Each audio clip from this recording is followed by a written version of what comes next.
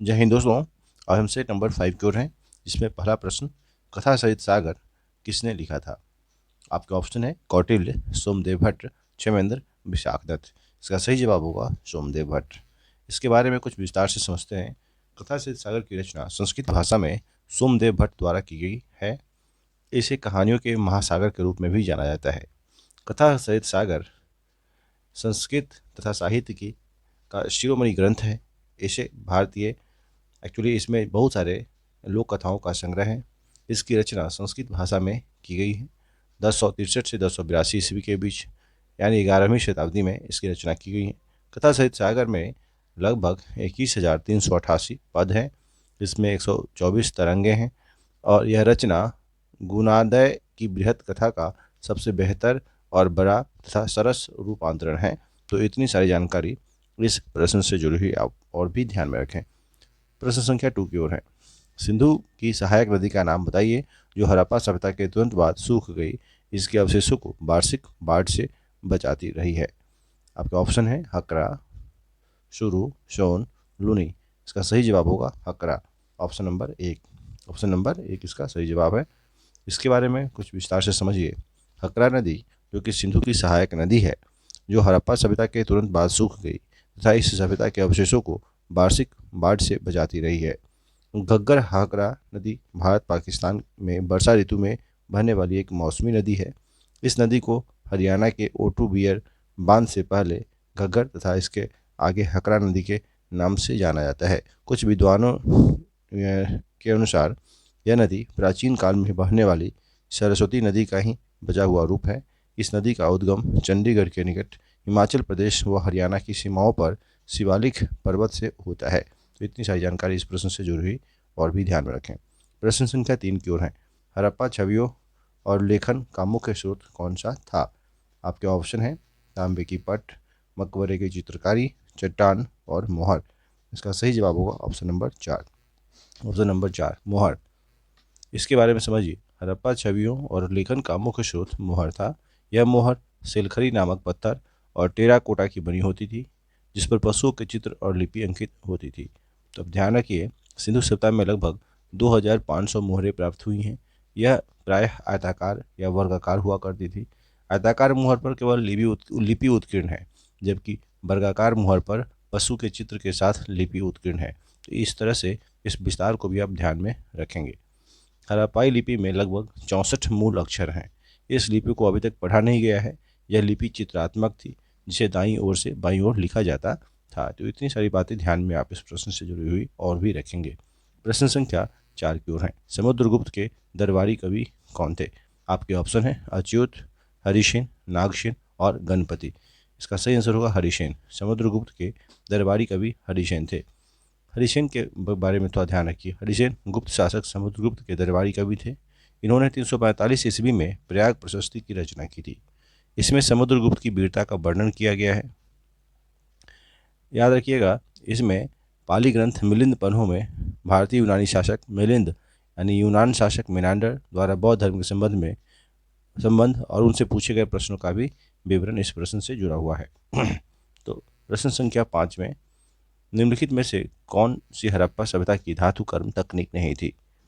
हाइड्रोमेट्रोलॉजी, दो पत्थर टुकड़े पत्थर के सांचे, उथली ढलाई, कोल्ड हैमरिंग। इसका सही जवाब होगा ऑप्शन 1 हाइड्रोमेट्रोलॉजी। Option number 1। इसके बारे में समझिए। हाइड्रोमेट्रोलॉजी हड़प्पा सभ्यता की धातु कर्म तकनीक नहीं थी, जबकि कोल्ड हैमरिंग, उथली ढलाई और दो टुकड़े पत्थर के सांचे हड़प्पा सभ्यता की धातु कर्म तकनीक थी। तो इतना सारा आप याद रखें। प्रश्न संख्या 6 की ओर है। सेलुकस की किस पुत्री से चंद्रगुप्त ने विवाह किया था। आपके ऑप्शन है अपमा, हेलिना, फिला, लौदीकिया। इसका सही जवाब होगा Helena. Option number 2। Option number 2। Chandragupta ने 305 ईसा पूर्व में सेलुकस निकेटर को हराया था। इसके पश्चात सेलुकस ने अपनी पुत्री हेलिना से चंद्रगुप्त का विवाह किया तथा युद्ध की संधि शर्तों के अनुसार 4 प्रांत काबुल, कांधार, हेरात और मकरान दिए थे। मेगास्थनी चंद्रगुप्त के दरबार में रहता था। यह सेलुकस निकेटर का राजदूत था। मेगास्थनी ने इंडिया की भी रचना की थी। तो इतनी सारी बातें इस प्रश्न से जुड़ी और भी ध्यान में रखें। प्रश्न संख्या 7 की ओर है। अशोक स्तंभ पर उत्कीर्ण अधिकांश अभिलेख किस लिपि में लिखे गए हैं? आपके ऑप्शन है प्राकृत लिपि, देवनागरी लिपि, नागरी लिपि, ब्राह्मी लिपि। इसका सही जवाब होगा ऑप्शन नंबर 2 ब्राह्मी लिपि। इसके बारे में थोड़ा ध्यान रखिए। अशोक स्तंभ पर उत्कीर्ण अधिकांश अभिलेख ब्राह्मी लिपि में लिखे गए हैं। अशोक के शिलालेखों में ब्राह्मी, खरोष्टी, ग्रीक और अरमाइक लिपि है का प्रयोग हुआ है। अफगानिस्तान से मिलने वाले अशोक के अभिलेख अमराइक लिपि में, उत्तर पश्चिम पाकिस्तान से मिलने वाले अभिलेख खरोष्टी लिपि में तथा शेष भारत से मिलने वाले अभिलेख ब्राह्मी लिपि में है। अशोक के अभिलेख पढ़ाने में सबसे पहली सफलता 1837 ईस्वी में जेम्स प्रिंसप को मिली थी।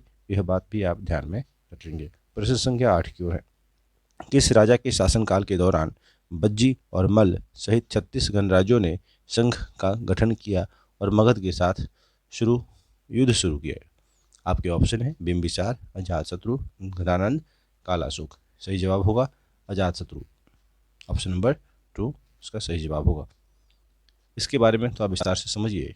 हर्यक वंश के शासक अजातशत्रु के शासनकाल के दौरान बज्जी और मल्ल सहित 36 गणराज्यों ने संघ का गठन कर मगध के साथ युद्ध शुरू किया।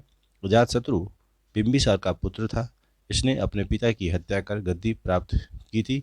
यह महात्मा बुद्ध का समकालीन भी था। इसने गंगा तथा सोन नदी के संगम पर पाटलिपुत्र की स्थापना की थी। अजातशत्रु ने अंग, लिच्छवी, बज्जी, कौशल तथा काशी जनपदों को अपने राज्यों में मिला लिया था। तो इतनी सारी बातें इन प्रश्नों से जुड़ी और भी ध्यान में रखें। प्रश्न संख्या 9 की ओर है। रुद्रदामन का कौन सा शिलालेख चंद्रगुप्त द्वारा पश्चिमी भारत में सौराष्ट्र के विलय को प्रमाणित करता है? आपके ऑप्शन है दक्कन, मालवा, कोंकण, जूनागढ़। इसका सही जवाब होगा ऑप्शन नंबर 4 जूनागढ़।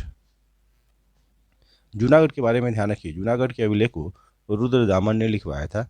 यह अभिलेख संस्कृत भाषा का प्रथम अभिलेख माना जाता है। यह अभिलेख 150 ईस्वी में स्थापित किया गया था। यह शिलालेख चंद्रगुप्त द्वारा पश्चिमी भारत में सौराष्ट्र के विलय को प्रमाणित करता है। रुद्रदामन भारत के पश्चिमी क्षत्रिय वंश का एक शक राजा था। जूनागढ़ अभिलेख से उसके साम्राज्य के पूर्वी एवं पश्चिमी मालवा, द्वारका, कच्छ, सिंधु का मुहाना, सौराष्ट्र, उत्तरी कोंकण तक विस्तृत होने का प्रमाण मिलता है। पुराणों के अनुसार जैन और बौद्ध ग्रंथ महापद्मनंद किस वर्ण से संबंधित थे? शूद्र थे, वैश्य थे, ब्राह्मण थे, क्षत्रिय थे। इसका सही जवाब होगा ऑप्शन नंबर 1 शूद्र, है ना? 1 शूद्र होगा। इसके बारे में समझिए। पुराणों के अनुसार महापद्मनंद शूद्र वर्ण से संबंधित थे। इसने मगध में नंद वंश की स्थापना की थी। इसे उग्रसेन के नाम से भी जाना जाता है। इनका जन्म शिशुनाग वंश के अंतिम राजा महानंद की दासी के गर्भ से हुआ था। राजा महापद्मनंद को पुराणों में एक छत्र और सर्वछत्रांतक के रूप में भी वर्णित किया गया है। इसको भी आप ध्यान में रखेंगे। प्रश्न संख्या 11 की ओर है। अबुल फजल की संप्रभुता के सिद्धांत की व्याख्या किस पुस्तक में निहित है? आपके ऑप्शन है तारीख रशीदी, फतवाए जहांदारी, अकबरनामा, तारीख हुक्म। इसका सही जवाब होगा अकबरनामा, ऑप्शन नंबर 3। इसके बारे में समझिए। मुगल शासक अकबर के नवरत्नों में से एक अबुल फजल ने अकबरनामा की रचना की थी। इसने आईने अकबरी के नाम से भी जाना जाता है। इस पुस्तक में अबुल फजल की संप्रभुता के सिद्धांत की व्याख्या भी की गई है। अकबरनामा फारसी भाषा में लिखा गया है। इसमें अकबर के समय के इतिहास को वर्णित किया गया है। तो इतनी सारी बातें आप इनसे जुड़ी हुई और भी ध्यान में रखें। प्रश्न संख्या 12 की ओर है। निम्नलिखित में से किस राजवंश ने मगध साम्राज्य के उदय में योगदान नहीं दिया था? आपके ऑप्शन है मौर्य राजवंश, गुप्त राजवंश, नाग राजवंश, हर्यक वंश। इसका सही जवाब होगा गुप्त राजवंश। गुप्त राजवंश जो था मगध साम्राज्य के उदय में कोई योगदान नहीं दिया था। प्रश्न संख्या 12 के बारे में और भी कुछ याद रखिए। गुप्त साम्राज्य का उदय 3री शताब्दी के अंत में पाया गया में प्रयाग के निकट कौशाम्बी में हुआ था। गुप्त वंश का प्रथम महान शासक चंद्रगुप्त प्रथम था। यह 319 ईस्वी में गद्दी पर बैठा था। गुप्त राजवंश ने मगध साम्राज्य के उदय में योगदान नहीं दिया था, जबकि इसकी समृद्धि में महत्वपूर्ण योगदान दिया था। तो इतनी सारी जानकारी इस प्रश्न से जुड़ी और भी रखें। महापद्मनंद क्या है? महापद्मनंद क्या है? याद रखिए महापद्मनंद क्या है जो पुराणों में वर्णित नहीं है। आपके ऑप्शन है सर्वछत्रांतक, द्वितीय परशुराम, अमित्रघात और एकराट। इसका सही जवाब होगा option number 3, option Amitraghata. Mahapadmananda क्या है जो पुराणों में वर्णित नहीं है? अमित्रघात। इसके बारे में कुछ समझिए। महापद्मनंद ने शिशुनाग वंश का अंत कर 344 ईस्वी पूर्व में नंद वंश की स्थापना की थी। पुराणों के अनुसार यह एक शूद्र शासक थे। पुराणों में महापद्मनंद को सर्वक्षत्रांतक यानी क्षत्रियों का नाश करने वाला, भार्गव दूसरे परशुराम का अवतार तथा एकराट कहा गया है। महापद्मनंद जो कि उग्रसेन के नाम से भी जाते थे के संदर्भ में खारवेल के हाथी गुम्फा अभिलेख से पता चलता है कि इसने कलिंग को जीतकर वहां से जीनसेन की प्रतिमा उठाकर ले गया है। महापद्मनंद ने कलिंग में एक नहर का भी निर्माण करवाया था।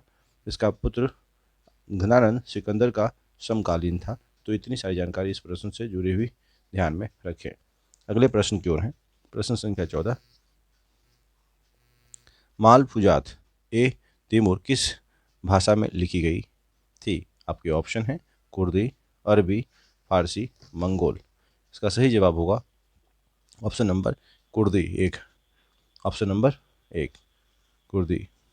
याद रखिएगा, मालफुजात एक तैमूरी, इसका उत्तर जो है ना मंगोल सही होगा। ऑप्शन नंबर 4 मालफुजात ए तैमूर किस भाषा में लिखी गई थी? मालफुजात ए तैमूरी या तुजुक ए तैमूरी नामक ग्रंथ के लेखक अज्ञात हैं, यानी उनके बारे में जानकारी नहीं है। यह ग्रंथ तुर्की भाषा में लिखा गया था। इस ग्रंथ में मुख्य रूप से तैमूर की उपलब्धियों तथा तुर्की वंश परंपरा का वर्णन है। आपको ध्यान रखना है, मालफुजात ए तैमूर किस भाषा में लिखी गई है? इसका सही जवाब होगा आपका ऑप्शन नंबर 4 मंगोल भाषा। प्रश्न संख्या 15 की ओर है। प्रश्न संख्या 15 अंतिम नंद राजा कौन था? महापद्मनंद, बंधुकानंद, धनानंद, महापद्मनंद। इसका सही जवाब होगा धनानंद। Option number 3। इसके बारे में कुछ समझिए। नंद वंश का अंतिम राजा धनानंद था। यह सिकंदर का समकालीन था एवं महापद्मनंद का पुत्र था। 323 ईस्वी पूर्व में धनानंद के शासनकाल में नंद वंश के साम्राज्य अपनी चरम अवस्था में था। तो इतनी सारी बातें आप ध्यान रखिए। और 322 ईस्वी पूर्व में चंद्रगुप्त मौर्य ने नंद वंश के शासक धनानंद को अपदस्थ कर मौर्य साम्राज्य की नींव भी रखी थी। इसका सही जवाब होगा ऑप्शन नंबर 3 धनानंद। प्रश्न संख्या 16 की ओर है। जियावर्णी किस सुल्तान के दरबार में सलाहकार थे? आपके ऑप्शन है सुल्तान अलाउद्दीन खिलजी, सुल्तान शम्स अल दीन इल्तुतमिश, सुल्तान मोहम्मद बिन तुगलक, सुल्तान फिरोज शाह तुगलक। इसका सही जवाब होगा सुल्तान मोहम्मद बिन तुगलक। Option number 3। इसके बारे में भी कुछ जानकारी रखिए कि जियाउद्दीन बर्नी एक इतिहासकार तथा राजनीतिक विचारक थे। तारीख़ फिरोजशाही इसकी प्रसिद्ध ऐतिहासिक कृति है। जियाउद्दीन बर्नी दिल्ली सल्तनत के सुल्तान मोहम्मद बिन तुगलक के दरबार में सलाहकार थे और ये आधुनिक बुलंदशहर के रहने वाले थे। याद रखिएगा, इतनी सारी जानकारी इस प्रश्न से जुड़ी हुई। और भी चूँकि इनके एक बात और भी ध्यान रखना है, फिरोज शाह तुगलक के शासनकाल में इन्हें कुछ समय तक जेल में भी रहना पड़ा था। जियाउद्दीन बर्नी किस सुल्तान के दरबार में सलाहकार थे? इसका सही जवाब होगा मोहम्मद बिन तुगलक। प्रश्न संख्या 16 का सही जवाब होगा मोहम्मद बिन तुगलक। प्रश्न संख्या 17 की ओर है। किस गुप्त सम्राट को महाराजा धीराज के रूप में वर्णित किया गया है? आपके ऑप्शन है समुद्रगुप्त, घटोत्कच, श्रीगुप्त, चंद्रगुप्त। तो इसका सही जवाब होगा चंद्रगुप्त। Option number 4। प्रश्न संख्या इसका सही जवाब होगा ऑप्शन नंबर 4। चंद्रगुप्त प्रथम गुप्त सम्राट का पहला महान सम्राट था जो 319 ईस्वी में गद्दी पर बैठा था। इसने महाराजा धीराज की उपाधि धारण की थी। चंद्रगुप्त प्रथम ने ही गुप्त संवत की शुरुआत की थी। चंद्रगुप्त प्रथम ने लिच्छवी राजकुमारी कुमार देवी से विवाह किया था।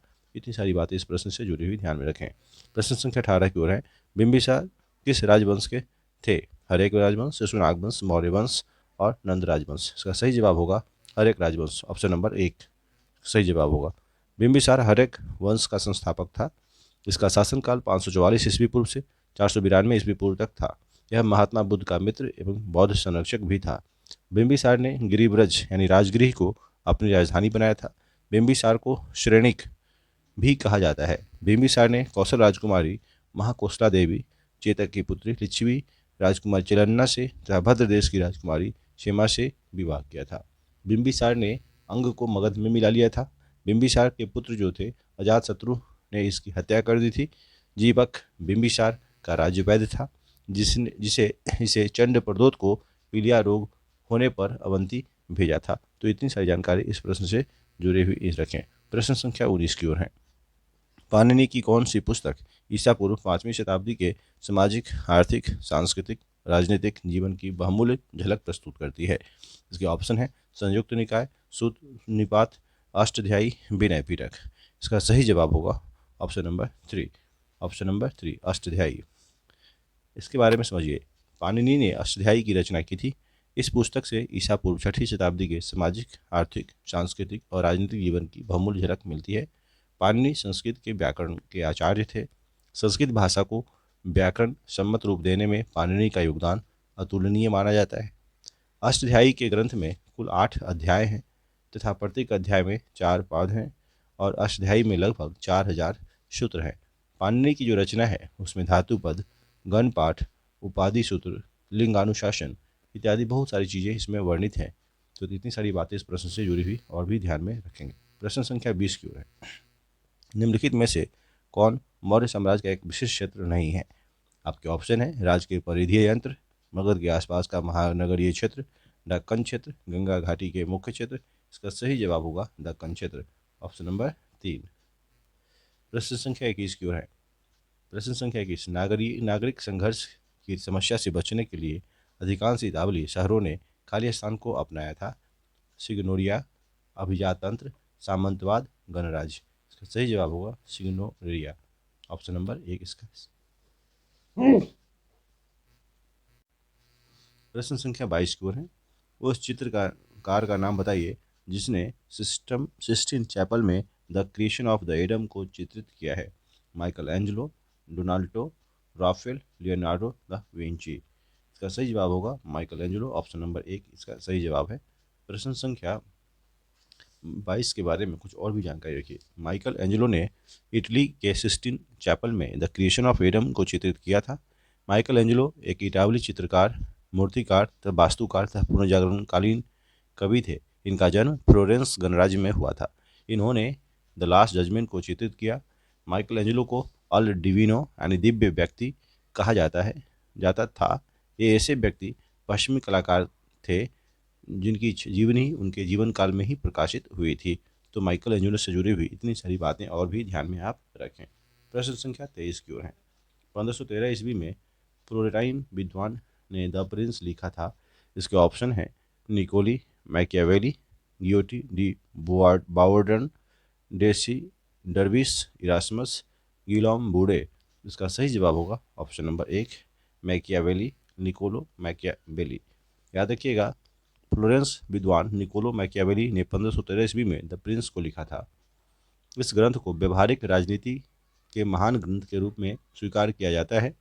1469 ईस्वी में फ्लोरेंस में जन्मे मैकियावेली आधुनिक राजनीति विज्ञान के प्रमुख संस्थापकों में से एक माने जाते हैं। इन्हें पुनर्जागरण का पुरोधा माना जाता है। इसकी रचना the prince, the discourse, the history का प्रकाशन इनकी मृत्यु के बाद हुआ था। इनकी रचना द आर्ट ऑफ वार, जो कि युद्ध कौशल पर आधारित थी, एकमात्र इनकी रचना है जो कि इनके जीवन काल में छपी थी। तो इतनी सारी बातें आप ध्यान रखिएगा। एक बात और भी है, मैकियावेली ने कहा कि एक व्यक्ति अपने पिता के हत्यारे को क्षमा कर सकता है परंतु अपनी पैतृक संपत्ति छीनने वाले को नहीं। तो इतनी सारी बातें इनसे और भी याद रखें। प्रश्न संख्या 24 की ओर है। किसने ब्रह्म समाज की स्थापना की? आपके ऑप्शन है रामकृष्ण परमहंस और राजा राम मोहन राय, दयानंद सरस्वती, ईश्वरचंद्र विद्यासागर, राजा राम मोहन राय। अगले प्रश्न की ओर है। फ़ख्र ए मुदब्बिर द्वारा लिखित पुस्तक का नाम बताइए। आपके ऑप्शन है तारीख ए रशीदी, मालफूजात तैमूरी, अदब उल हब वश सुजात, फतवा ए जहांदारी। ऑप्शन नंबर 3 इसका सही जवाब होगा। प्रश्न संख्या 26 की ओर है। निम्नलिखित में से कौन सहायक अध्ययन विषय नहीं है? आपके ऑप्शन है ऑप्शन 3 प्रौद्योगिकी, जो कि सही है। इस प्रश्न के अनुसार इसका सही जवाब हो प्रौद्योगिकी। प्रश्न संख्या 27 की ओर है। 1806 ईस्वी में पहला गंभीर विद्रोह कहाँ हुआ था? बेल्लोर, मेरठ, झांसी, अवध। इसका सही जवाब होगा वेल्लोर। प्रश्न संख्या 28 की ओर है। पुनर्जागरण का क्या अर्थ है? पुनर्जागरण का अर्थ है पुनर्जन्म, ऑप्शन नंबर 2 इसका सही जवाब है। प्रश्न संख्या 29 की ओर है। हैदर अली खान और टीपू सुल्तान के अधीन कौन सा राज्य था? इसका सही जवाब मैसूर होगा। हैदर अली टीपू सुल्तान के पिताजी थे। प्रश्न संख्या 30 की ओर। निम्नलिखित में से कौन सा कारक दस्तावेज के लेखक की स्रोत के बारे में सत्य बताने की क्षमता को निर्धारित नहीं करता है? इसका सही जवाब होगा पूर्वाग्रह निपुणता, ऑप्शन एक। प्रश्न संख्या 31 की ओर है। 1505 ईस्वी में द ग्रैंड ड्यूक मेडोना को किसने चित्रित किया? आपके ऑप्शन है राफेल ने, सबसे पहला वाला ऑप्शन सही है। प्रश्न संख्या 32 की ओर है। बालकृष्ण बुवा इचल करंजीकर किसके लिए जाने जाते हैं? इसका सही जवाब होगा हिंदुस्तानी संगीत के लिए जाने जाते हैं। प्रश्न संख्या 33 की ओर है। प्रश्न संख्या 33 की ओर, ईश्वर एवं धार्मिक विषयों के अध्ययन को कहा जाता है? आपके ऑप्शन है इस तरह से, इसमें सही ऑप्शन होगा धर्म मीमांसा, ऑप्शन नंबर 4। ऑप्शन नंबर 4 इसका सही आंसर होगा। प्रश्न संख्या 34 की ओर है। निम्नलिखित में से कौन रिजवी द्वारा निर्दिष्ट भक्ति की श्रेणी में नहीं है? इसका सही जवाब होगा अदब, ऑप्शन नंबर 3। प्रश्न संख्या 35 की ओर है। क्लेमेंसी रेसोल्यूशन लूसन कब पारित किया गया था?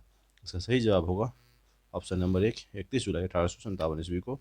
प्रश्न संख्या 36 की ओर है। ब्रिटिश संसद ने किस अधिनियम में यूरोपीय मिशनरियों के निर्बाध प्रवाह की अनुमति दी थी? इसका सही जवाब होगा चार्टर अधिनियम 1813, ऑप्शन नंबर 3। प्रश्न संख्या 37 की ओर है। ध्वनियों के पैटर्न से संबंधित भाषा विज्ञान को क्या कहा जाता है? सही जवाब होगा स्वनिम विज्ञान, ऑप्शन नंबर 4 इसका सही जवाब होगा।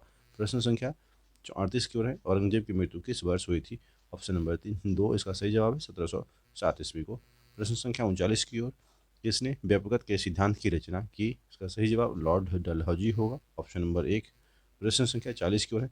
किस अधिनियम के तहत भारत सीधे राज्य सचिव के माध्यम से कार्य करते हुए राजपथ द्वारा उसे के नाम पर शासित होगा? यह भारत सरकार अधिनियम 1858 में वर्णित है, ऑप्शन नंबर 3 इसका सही जवाब है। प्रश्न संख्या 41 की ओर है। भारतीय वाणिज्य एवं उद्योग महासंघ फिक्की की स्थापना कब की गई थी? इसका सही जवाब होगा ऑप्शन नंबर 1, 1927 में। प्रश्न संख्या 42 की ओर है। कारखाना अधिनियम जिसमें बच्चों महिलाओं के कार्य घंटों को सीमित करने की मांग की गई थी, किस वर्ष पारित किया गया था? 1891 ईस्वी को। प्रश्न संख्या 43 की ओर है। प्रश्न संख्या 43। निम्नलिखित इतिहासकारों में से कौन इतिहास के एनलस विचारधारा से संबंधित थे? इसका सही जवाब होगा मार्क ब्लोच। एक बार फिर से सुनिए, किस इतिहासकार ने एलनस विचारधारा से संबंधित थे? मार्क ब्लॉक, इसका सही जवाब होगा ऑप्शन नंबर 1। प्रश्न संख्या 44 की ओर है। प्रश्न संख्या 44 की ओर। सामाजिक विचार धार्मिक सुधार आंदोलन को किस नाम से भी जाना जाता था? इसका सही जवाब होगा भारतीय पुनर्जागरण के नाम से भी जाना जाता था, ऑप्शन नंबर 4 सही जवाब।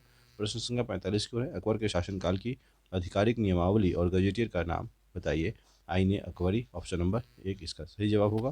प्रश्न संख्या 46 की ओर है। अखिल भारतीय किसान सभा का पहला सत्र कहाँ आयोजित किया गया था? सही जवाब लखनऊ में, ऑप्शन नंबर 2। प्रश्न संख्या 47 की ओर है। एक पदानुक्रमित पैटर्न में अधिकार और अधीनता के सिद्धांत को बनाए रखने के लिए अकबर ने किस विचारधारा का पालन किया था? इंपीरियल आइडियोलॉजी, ऑप्शन नंबर 2 इसका सही जवाब होगा। प्रश्न संख्या 48 की ओर है।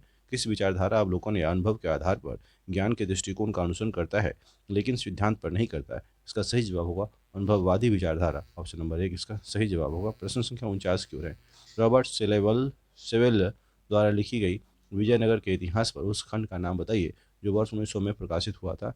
इसका सही जवाब होगा are forgotten empire, option number 2 इसका सही जवाब होगा। प्रश्न संख्या 50 की ओर है। रामकृष्ण मिशन की स्थापना कब हुई थी? इसका सही जवाब 1 मई 1897 ईस्वी को, ऑप्शन नंबर 4 इसका सही जवाब होगा।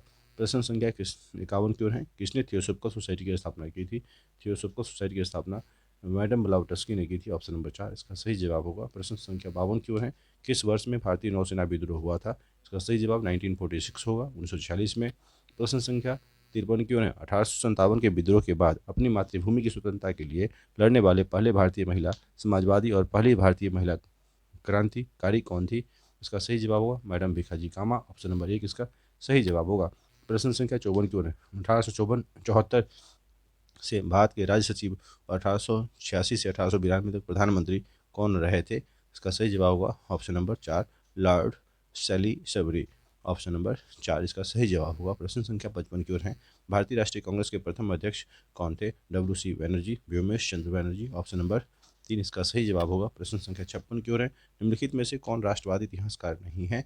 इसका सही जवाब होगा option number 2 Damodar Dharmanand Kosambi, option number 2 इसका सही जवाब होगा। प्रश्न संख्या 57 की ओर है। छत्रपति शाहू महाराज द्वारा खोले गए पहले छात्रावास का नाम बताइए। इसका सही जवाब होगा the Prince Shivaji Maratha boarding house, option number 2 इसका सही जवाब होगा, ऑप्शन नंबर 2। 58वां प्रश्न। किस आंदोलन को अचानक से उत्तर प्रदेश के चौरी चौरा में भीड़ हिंसा के बाद स्थगित कर दिया गया था? असहयोग आंदोलन, इसका सही जवाब होगा प्रश्न संख्या 59 की ओर है। निम्नलिखित में से कौन सी पत्रिका बाद में दैनिक समाचार पत्र नहीं बन पाई थी? इसका सही जवाब होगा हिंदू पंच। हिंदू पंच दैनिक समाचार पत्र नहीं बन पाई थी। प्रश्न संख्या 60 की ओर है। आर्य समाज की स्थापना किसके द्वारा की गई थी? स्वामी दयानंद सरस्वती के द्वारा की गई थी। ऑप्शन नंबर 3 इसका सही जवाब हो। प्रश्न संख्या 61 की ओर है। 4 मई का आंदोलन कहाँ शुरू हुआ था? 4 मई का आंदोलन पेकिंग में शुरू हुआ था। ऑप्शन नंबर 3 इसका सही जवाब है। प्रश्न संख्या 62 की ओर है। 1600 ईस्वी में जब्त को समग्रतः कहाँ नहीं अपनाया गया था? इसका सही जवाब होगा गुजरात। ऑप्शन नंबर 2 इसका सही जवाब है। प्रश्न संख्या 63 की ओर है। अंत्यज किस जाति का गठन है? इसका सही जवाब होगा दलितों का गठन है। ऑप्शन नंबर 1 इसका सही जवाब होगा। प्रश्न संख्या 64 की ओर है। कौन सा दक्षिण एशियाई देश भारत के क्षेत्रीय सुरक्षा ढांचे के अंतर्गत नहीं आता है? पाकिस्तान। ऑप्शन नंबर 1 इसका सही जवाब होगा। प्रश्न संख्या 65 की ओर है। स्वतंत्र पाकिस्तान के गठन की मांग करते हुए मुस्लिम लीग द्वारा कौन सी संकल्पना अपनाया गया था? इसका सही जवाब होगा लाहौर संकल्पना। ऑप्शन नंबर 4 इसका सही जवाब होगा। प्रश्न संख्या 66 की ओर है। निम्नलिखित में से किस देश ने slicing of the Chinese melon में भाग नहीं लिया? इसका सही जवाब होगा भारत। ऑप्शन नंबर 1 इसका सही जवाब होगा। प्रश्न संख्या 67 की ओर है। यहूदी समुदाय के रेडवुड पेड़ों के अंतिम शेष क्षेत्रों में से एक की रक्षा के लिए सार्वजनिक संघर्ष में कहाँ प्रवृत्त थे? इसका सही जवाब होगा कैलिफोर्निया। ऑप्शन नंबर 4 इसका सही जवाब होगा। प्रश्न संख्या 68 की ओर है। युआन शिकाई ने किस दल का गठन किया था?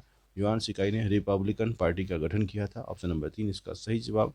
प्रश्न संख्या 69 की ओर है। औरंगजेब ने इसके खिलाफ धन के वित्त पोषण के लिए पश्चिम बंगाल में राजस्व प्रशासन को सुव्यवस्थित करने का निर्णय लिया था? इसका सही जवाब होगा मराठों। ऑप्शन नंबर 1 सही जवाब है। प्रश्न संख्या 70 किसे राष्ट्रपिता या चीनी गणराज्य के पिता के रूप में माना जाता है? सन्यात सेन को चीनी गणराज्य के पिता और राष्ट्रपिता के रूप में माना जाता है। ऑप्शन नंबर 1 इसका सही जवाब होगा। प्रश्न संख्या 71 की ओर है। लाओस फ्रांस का संरक्षित राज्य कब बना? उसका सही जवाब हुआ 1893 में 1893 ईस्वी में। प्रश्न संख्या 72 की ओर है। किस भाषा को पहले खासकुरा के नाम से जाना जाता था? उसका सही जवाब होगा नेपाली। Option number 3। प्रश्न संख्या 73 की ओर है। 1790 ईस्वी में अंग्रेजों को पिनांग द्वीप किसने बेचा था? इसका सही जवाब होगा केहाद के सुल्तान ने। ऑप्शन नंबर 2 इसका सही जवाब होगा। Option number 2। प्रश्न संख्या 74 की ओर है। जी संगठन जिसने लाखों पाउंड का पर कागज और धातु के पुनर्चक्रण में मदद की, इस किस देश से संबंधित है? उसका सही जवाब होगा ताइवान से संबंधित है। Option number 4। प्रश्न संख्या 75 की ओर है। सैन्य शासन के साथ अपने लंबे प्रयासों के कारण किस देश को गैरिसन राज्य का नाम दिया गया था? फिर से सुनिए। सैन्य शासन के साथ साथ अपने लंबे प्रयासों के कारण किस देशों को गैरिसन राज्य का नाम दिया गया था? ऑप्शन नंबर 2 इसका सही जवाब होगा पाकिस्तान। प्रश्न संख्या 76 की ओर है। निम्नलिखित में से कौन मालदीव का पंजीकृत राजनीतिक दल नहीं है? इसका सही जवाब होगा option number 1 People's Democratic Alliance. Option number 1। प्रश्न संख्या 77 की ओर है। प्रथम बर्मी युद्ध कब हुआ था? इसका सही जवाब होगा 1824 ईस्वी में। 1824 प्रथम बर्मी युद्ध 1824 ईस्वी में हुआ था। 78वां प्रश्न। संयुक्त राज्य में विषाक्त अवशिष्टों के अध्ययन के अनुसार विषाक्त अवशिष्ट से क्षतिग्रस्त क्षेत्र में निम्नलिखित में से किस के रहने की संभावना सबसे कम थी? इसका सही जवाब था गोरे। ऑप्शन नंबर 2 इसका सही जवाब होगा। प्रश्न संख्या 79 की ओर है। मुगल पद प्रणाली को क्या कहा जाता था? मनसबदारी प्रथा। ऑप्शन नंबर 2 इसका सही जवाब होगा। प्रश्न संख्या 80 जो कि श्रृंखला का अंतिम प्रश्न है। तोकुगावा जापान की पहली व्यावसायिक राजधानी कौन सी थी? इसका सही जवाब होगा ईदो। याद रखना है ईदो। तोकुगावा जापान की पहली व्यावसायिक राजधानी कौन सी थी? ईदो। ऑप्शन नंबर 3 इसका सही जवाब है। उम्मीद करता हूँ ये सारे प्रश्न आपके लिए उपयोगी साबित हों। Thank you so much.